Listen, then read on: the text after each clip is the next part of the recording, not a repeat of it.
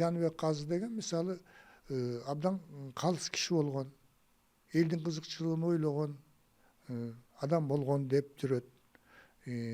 Бирок анын жигиттери тиги жөнөкөй карапайым аялды улак кылып тартышыптыр деген дагы маалымат бар мисалычы.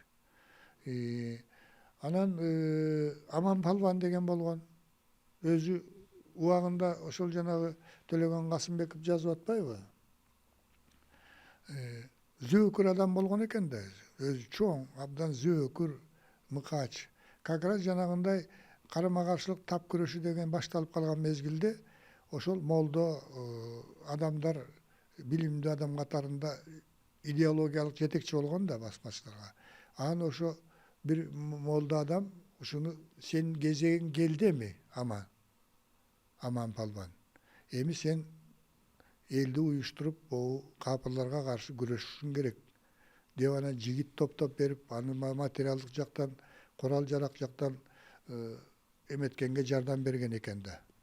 Анан баягы зөөкүр адам зөөкүрлүгүн улантып, колуна бийлик тийгенден кийин даже каяш айткан адамдардын башын ыргыта чаба берген экен да.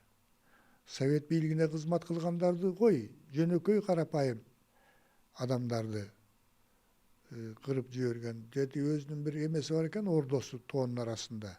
Ошону кийин колго түшкөндөн кийин ордону эметсе, бул өтө мыкаачылык менен кескилеп өлтүрчү экен адамдарды. Кескилеп.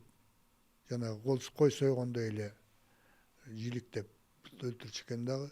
Ошол бир эски кудукка таштата бериптир.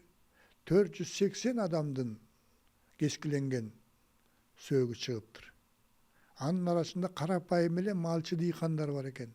Сен менин отрядыма кошулбайсың, сен совет бийлиги үчүн кызмат кылат окшойсуң, сен мага каяш айтасың, өлтүргүлө, сойгула деп эле ыргыттыра берген экен.